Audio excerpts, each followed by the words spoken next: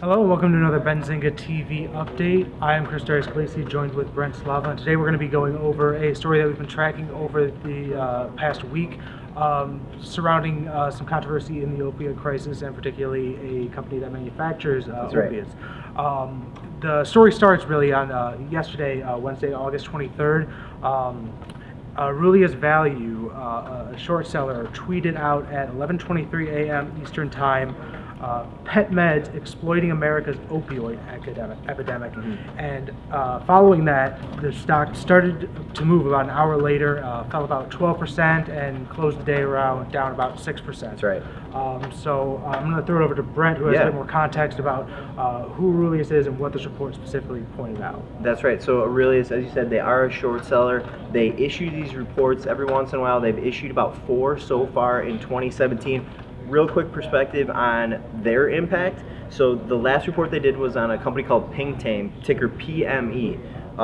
The stock fell 34% on the day that they published it, and it is down about 17% since then, so it did recover a little bit. They also did a report on Citizen CIA. The stock only fell about 1% on that session, and it's down about 3% since then. Another company, Bank of California, they did a report on earlier this year in January. Stock's actually up about 20% since the Aurelius report. So what's important is Aurelius has a bit of a mixed report as far as having some of their short research come true. Okay. As far as what the report said yesterday, so PetMed exploiting America's opioid epidemic. So basically what Aurelius is making allegations for is that there are opioid addicts out there who are using PetMed as a way to fulfill their addiction, basically.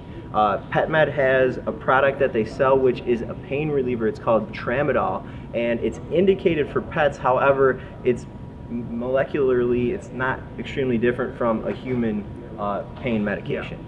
So you can kind of see what's playing out here. Some concerning stuff from Aurelius. Yeah, absolutely.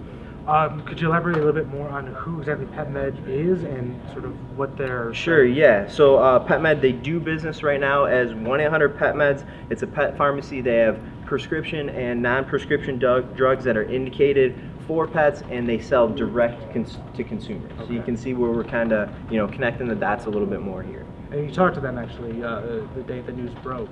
That's right. They said the claims are false and defamatory. They're baseless.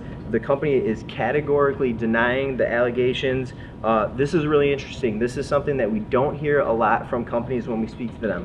PetMed said that this report by Aurelius was intended to severely manipulate our stock price lower in order to support short sellers. Again, we don't hear that, so it's definitely notable. Those items referenced in the Aurelius report, tramadol and another indication, are a very small portion of the company's overall sales. Again, they said this is a major manipulation. They said they're going to report it to the authorities, and they're going to vigorously defend themselves. So these are serious accusations on both sides. One is sort of shady business practices potentially, and another is potential stock manipulation. Exactly right. And we actually, again, been following this story. We had some breaking news commentary today from Aurelius. Aurelius tweeted out today, we're no longer seeing the Pets tramadol ads on Google. They must have pulled these ads. Sort of indicating there that, maybe PetMed had some kind of campaign with Google to promote the sale of tramadol. Yeah. We right away reached out to PetMed. They confirmed to Benzinga that there were actions taken on related to tramadol ads. However, we talked to the CFO. CFO did not indicate if those actions were taken by the company or by Google itself.